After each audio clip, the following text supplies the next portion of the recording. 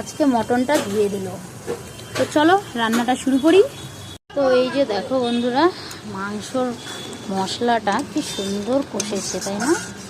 দেখছো কালারটা কি সুন্দর এসেছে। তো মশলাটা কষে গেছে, এবার আমি দিয়ে দেব মাংসটা।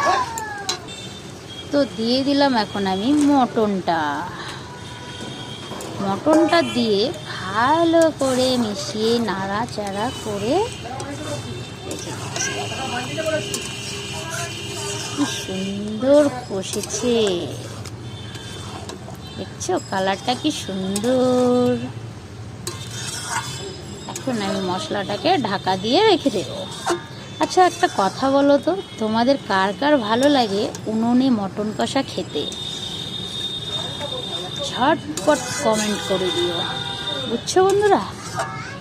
তো চলো, কেমন লাগলো মিনি ব্লগটা কমেন্টে অবশ্যই জানাবে।